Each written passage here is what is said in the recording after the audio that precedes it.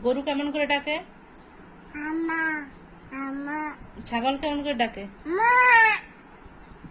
ঘোড়া কেমন করে দৌড়ায়? কেমন করে দৌড়ায়? নি নি খায়। কুকুর কেমন করে ডাকে? বুক বুক করে। হাঁস কেমন করে ডাকে? আক আক করে খায়। হাতি কেমন করে ডাকে? হাতি। ভেড়া কেমন করে ডাকে? মা ভেড়া। মা বা। টিয়া পাখি কি বলে? মিঠু মিঠু করে। বাঘ কেমন করে ডাকে?